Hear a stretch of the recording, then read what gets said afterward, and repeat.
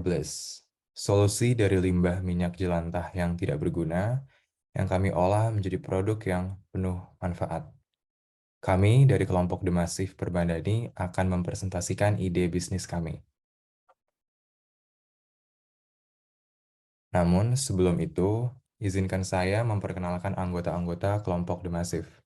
Ada Rida Razan, Suraya, Shinta, Deren, Rahima, Alia, Nima, Fatir, Intan, Syauki, Anandini, dan Febrian Dani. Next. Selanjutnya mengenai deskripsi logo kami, yang pertama ada lambang minyak yang besar, yang mana ini melambangkan limbah minyak jelantah. Lalu di samping kanan dan kirinya ada percikan minyak yang lebih kecil yang mengarah ke atas, dan ini melambangkan kebermanfaatan yang akan dirasakan kembali oleh masyarakat. Lalu di bawahnya ada beberapa garis di sini yang melambangkan sebuah wadah untuk menampung minyak jelantah yang akan dibuang agar tidak merusak ekosistem darat dan air. Dan yang di bawahnya terakhir ada nama bisnis kami, Oil for Bliss. Next.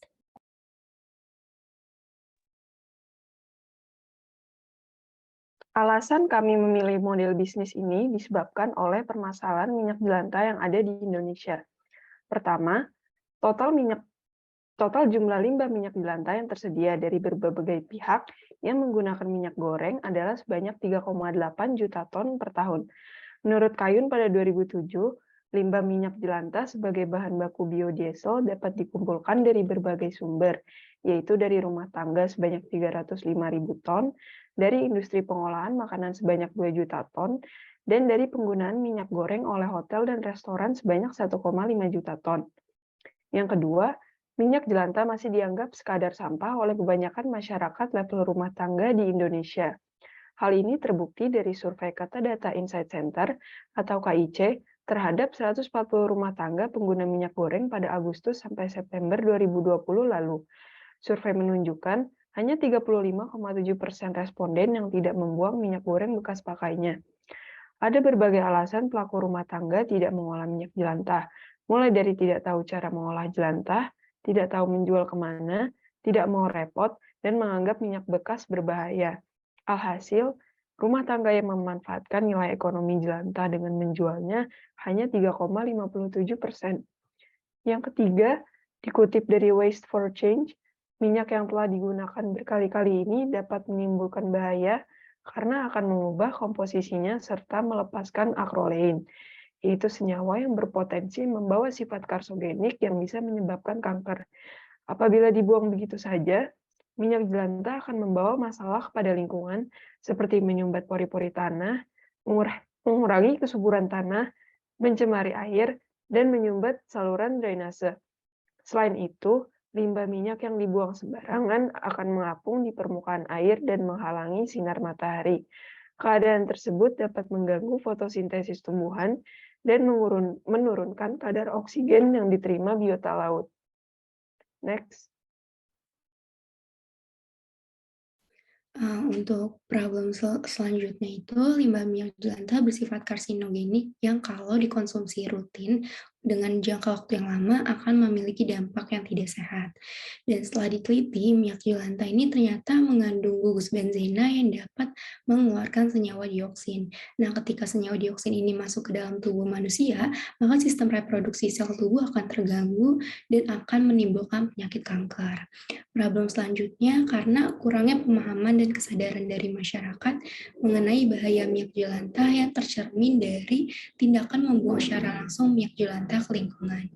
Maka dari itu, untuk mengurangi dan mencegah pembuangan minyak jelantah ke lingkungan secara sembarangan, diperlukanlah sebuah inovasi dalam pengolahan minyak jelantah untuk menjadi barang yang ramah lingkungan dan juga memiliki nilai ekonomi.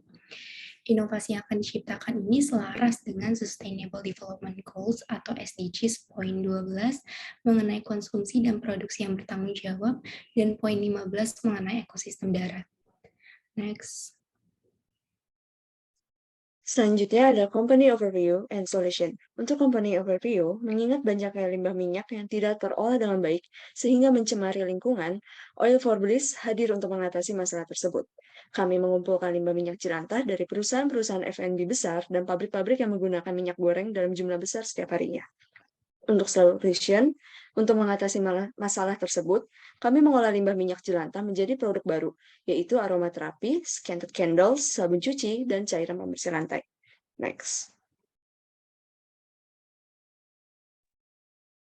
Oke, sebelum kami mengolah minyak jelantah menjadi produk-produk yang akan kami jual, terdapat tahap pemurnian terlebih dahulu dari minyak jelantah yang kotor memiliki banyak kerusakan menjadi minyak murni.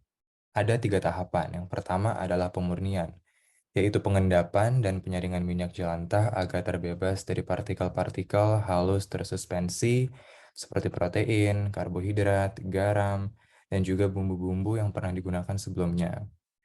Tahap selanjutnya adalah netralisasi, yaitu penurunan kadar asam lemak bebas atau FFA dengan mereaksikannya dengan larutan basa. Yang terakhir adalah pemucatan atau bleaching, yaitu tahapan penghilangan zat warna alami dan zat warna lain yang membuat minyak menjadi keruh.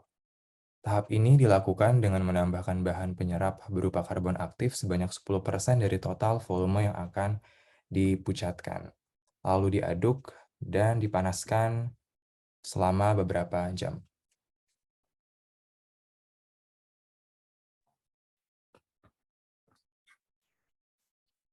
Bisa balik ke slide sebelumnya, kita akan membahas tahapan pengolahan limbah minyak.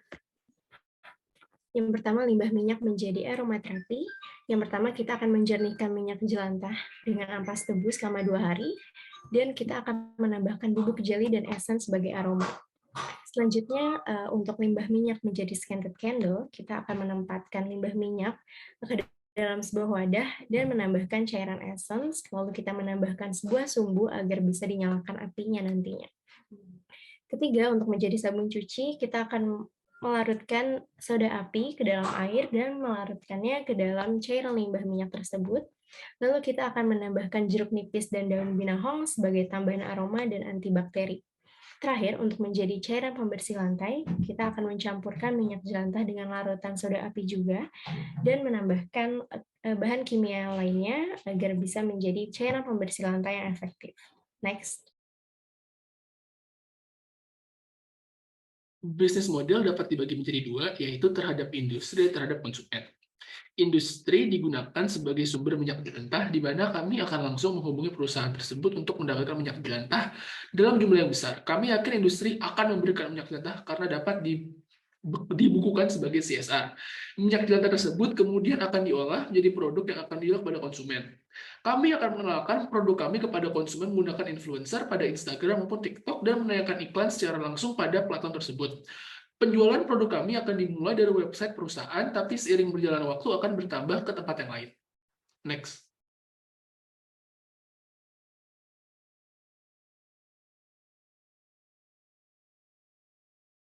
Selanjutnya, untuk tampilan dari website Oil for Bliss, website ini berisikan informasi mengenai perusahaan kami, lalu juga berisikan informasi mengenai tata cara penyaluran dari limbah minyak jelantah kepada kami, dan juga digunakan sebagai wadah jual beli dari produk yang kami jual. Untuk laman utama dari website kami itu ada laman homepage, di mana laman ini berisikan informasi mengenai perusahaan kami. Lalu selanjutnya terdapat laman Contact Us, yang berisikan informasi mengenai bagaimana cara menyalurkan limbah minyak jelantah ini kepada kami, dan juga berisikan contact person mengenai penyaluran dari minyak jelantahnya juga. Selanjutnya terdapat laman Our Products, di mana laman ini berisikan informasi dari produk-produk yang kami jual. Untuk produk yang kami jual itu terdapat pertama, scented candle atau lilin aromaterapi yang tersedia dari beberapa variasi aroma, dan juga tersedia dari beberapa variasi ukuran, dan dimulai dari harga 20.000. Yang kedua, terdapat pembersih lantai atau floor cleaner yang dimulai dari harga 30.000 dan juga tersedia dari beberapa variasi aroma. Selanjutnya juga ada sabun cuci batang yang dimulai dari harga 30.000. Yang terakhir terdapat aromaterapi oil yang terdapat juga dari beberapa variasi aroma dan dimulai dari harga 25.000. Lalu laman terakhir yaitu laman shop, di mana laman ini digunakan untuk sebagai keranjang dan juga sebagai wadah untuk pembayaran dan pengiriman dari produk-produk yang dibeli di perusahaan kami. Boleh di next? Nah, adapun target pasar dari bisnis for oil bliss sendiri adalah yang pertama untuk industri besar, di mana industri besar yang menghasilkan jelantah atau bahan baku utamanya menggunakan minyak goreng. Contohnya sendiri adalah perusahaan fast food, perusahaan frozen food, restoran, dan juga hotel. Yang kedua adalah semua kalangan, di mana seluruh kalangan yang bisa menggunakan minyak jelantah ini bisa digunakan oleh perempuan maupun laki-laki. Akan tetapi difokuskan kepada orang dewasa, karena produk yang kami jual walau dapat digunakan oleh seluruh kalangan, tetapi lebih banyak digunakan oleh kalangan dewasa saja.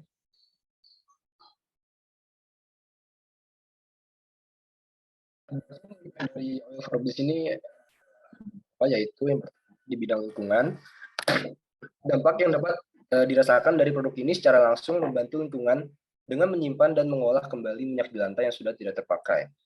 Seperti yang kita ketahui, minyak jika dibuang ke saluran air atau tempat lainnya secara sengaja dapat menimbulkan efek yang buruk bagi tanaman, tingkat kebersihan air, dan lain-lain karena sifat nyecer dari minyak sendiri yang sulit dipisahkan. Dengan adanya Oil for Bliss ini, minyak sisa-sisa rumah tangga dan restoran bisa disimpan dan diolah menjadi produk siap pakai dan tidak dibuang sembarangan yang dapat mencemari lingkungan. Selanjutnya ada impact dari bidang ekonomi. Menurut data yang telah dikumpulkan oleh kelompok kami, hanya kurang lebih 4% rumah tangga yang menjual kembali minyak jelantah. Tentu ini adalah angka yang sangat kecil karena sebenarnya minyak jelantah bekas rumah tangga tersebut masih dapat digunakan dan diolah menjadi produk siap pakai. Masih banyak potensi bisnis dan ekonomi di minyak jelantah ini. Itulah alasan mengapa Oil for Bliss ini didirikan, karena kami melihat potensi bisnis yang menjanjikan dalam minyak jelantah ini.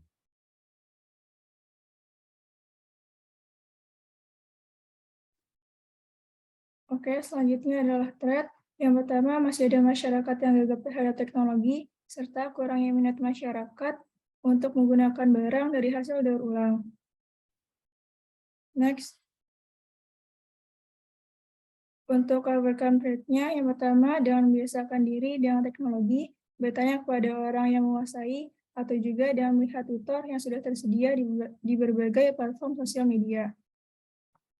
Untuk mengatasi minat masyarakat terhadap produk daur ulang, yaitu dibutuhkan peran pemerintah dan public figure untuk mendorong perubahan kepada masyarakat untuk ikut andil dalam menggunakan produk daur ulang.